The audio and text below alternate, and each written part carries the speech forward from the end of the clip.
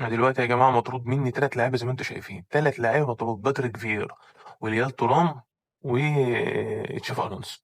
أنا كسبان، جبت جون كمان وأنا مطرود مني 3. أنا كسبان أهو دلوقتي 1-0 أهو.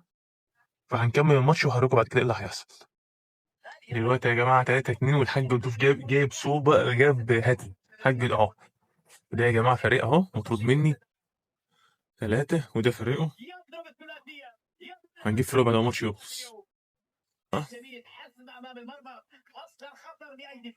3-2 الماتش خلص اهو. هتلاقي الحاج ضيوف هو نجم الماتش، هو اللي جاب الهاتريك اهو.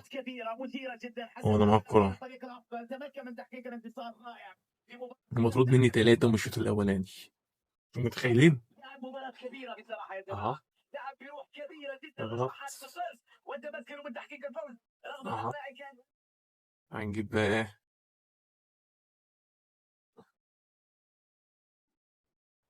اهو.